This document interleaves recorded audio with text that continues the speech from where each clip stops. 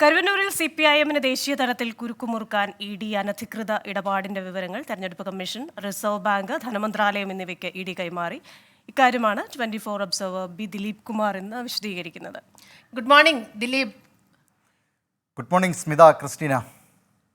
അപ്പോൾ നമുക്ക് ഇന്ന് ഈ കരുവന്നൂരിലെ വിഷയം അത് എന്തെല്ലാം കാര്യങ്ങളാണ്, അതിന്റെ ഒരു വിശകലനത്തിലേക്ക് നമുക്ക് പോവാം അല്ലേ? സ്മിത, ക്രിസ്റ്റീന, ദേശീയ തലത്തിൽ തങ്ങൾ സംശുദ്ധരാണ്, തങ്ങൾ കള്ളപ്പണം വാങ്ങിച്ചിട്ടില്ല, ഇലക്ട്രൽ ബോണ്ട് സ്വീകരിച്ചിട്ടില്ല എന്നൊക്കെയാണ് CPIM ഊറ്റം കൊള്ളുന്നത്.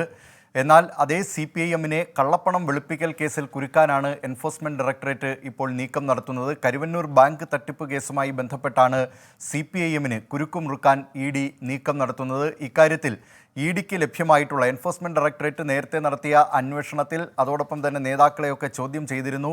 ഇതിൻ്റെ അടിസ്ഥാനത്തിൽ ലഭ്യമായ വിവരങ്ങൾ ഇപ്പോൾ തെരഞ്ഞെടുപ്പ് കമ്മീഷനും റിസർവ് ബാങ്കിനും കേന്ദ്ര ധനമന്ത്രാലയത്തിന് കീഴിൽ വരുന്ന റവന്യൂ വകുപ്പിനാണ് ഇത് സംബന്ധിച്ച രേഖകൾ കൈമാറിയിട്ടുള്ളത്. ഇലക്ഷൻ കമ്മീഷനോട് ഈ എൻഫോഴ്സ്മെൻറ്റ് ഡയറക്ടറേറ്റ് ആവശ്യപ്പെട്ടിരിക്കുന്നത് CPIM ഈ ഫണ്ട് സ്വീകരിക്കുന്നതിലുള്ള വ്യവസ്ഥകൾ ലംഘിച്ചിട്ടുണ്ടോ, അതോടൊപ്പം തന്നെ ഈ ഫണ്ട് വിനിയോഗം സംബന്ധിച്ച കാര്യത്തിൽ തെരഞ്ഞെടുപ്പ് കമ്മീഷൻ നിഷ്കർഷിച്ചിട്ടുള്ള തരത്തിൽ തന്നെയാണോ CPIM പ്രവർത്തിച്ചിട്ടുള്ളത്. ജനപ്രാതിനിധ്യ നിയമം അതിൽ പറഞ്ഞിട്ടുള്ള തരത്തിൽ ഈ ഫണ്ട് വിനിയോഗത്തിൻ്റെ കാര്യത്തിൽ പറഞ്ഞിട്ടുള്ളതിൽ ലംഘനമുണ്ടായിട്ടുണ്ടോ, ഈ കാര്യങ്ങൾ പരിശോധിക്കണമെന്നാണ് തെരഞ്ഞെടുപ്പ് കമ്മീഷനോട് എൻഫോഴ്സ്മെൻറ്റ് ഡയറക്ടറേറ്റ് നിർദ്ദേശിച്ചിട്ടുള്ളത്. ഇത് പ്രധാനമായും എൻഫോഴ്സ്മെൻറ്റ് ഡയറക്ടറേറ്റ് കണ്ടെത്തിയിട്ടുള്ളത് ഈ കരുവന്നൂർ സഹകരണ ബാങ്കിൽ CPIM-ന് 5 അക്കൗണ്ടുകൾ ഉണ്ടായിരുന്നു.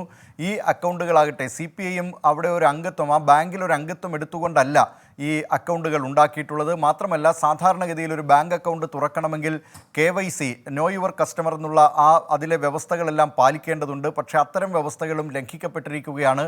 അങ്ങനെ CPIM-ന് 5 അക്കൗണ്ടുകൾ ഈ ബാങ്കിൽ ഉണ്ടായിട്ടുണ്ട്. അത് ജില്ലാ സെക്രട്ടറിയെ ചോദ്യം ചെയ്യപ്പോൾ പറഞ്ഞത് പാർട്ടി ഫണ്ട് ഉപയോഗിക്കൽ, അതോടൊപ്പം തന്നെ പാർട്ടി അംഗങ്ങളിൽ നിന്ന് ഈടാക്കുന്ന ലെവി, ഇതുകൂടാതെ ഈ വസ്തു വിവിധ ഓഫീസുകൾക്ക് കെട്ടിടം നിർമ്മിക്കുന്നതിനുള്ള വസ്തു വാങ്ങൽ, ഇതിനുവേണ്ടിയാണ് ഈ അക്കൗണ്ടുകൾ തുറന്നതെന്നാണ്. തൃശ്ശൂർ ജില്ലയിൽ മാത്രം 17 ഏരിയ കമ്മിറ്റികൾക്ക് കീഴിൽ 25 അക്കൗണ്ടുകളാണ് തുറന്നിട്ടുള്ളത് എന്നും എൻഫോഴ്സ്മെൻറ്റ് ഡയറക്ടറേറ്റ് ഈ സ്ഥാപനങ്ങളെ, റിസർവ് ബാങ്കിനെയും തെരഞ്ഞെടുപ്പ് കമ്മീഷനെയും ധനമന്ത്രാലയത്തെയും അറിയിച്ചിട്ടുണ്ട്. ഇതൊന്നും തന്നെ ഈ തെരഞ്ഞെടുപ്പ് കമ്മീഷന് CPIM നൽകേണ്ട കണക്കുകളുണ്ട് ഓരോ വർഷവും.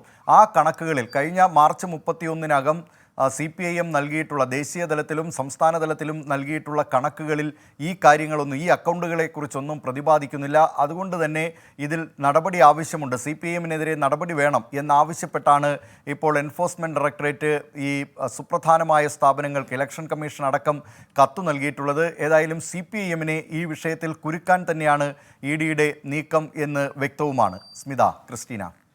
ശരി, താങ്ക് യു ദിലീപ് കുമാർ.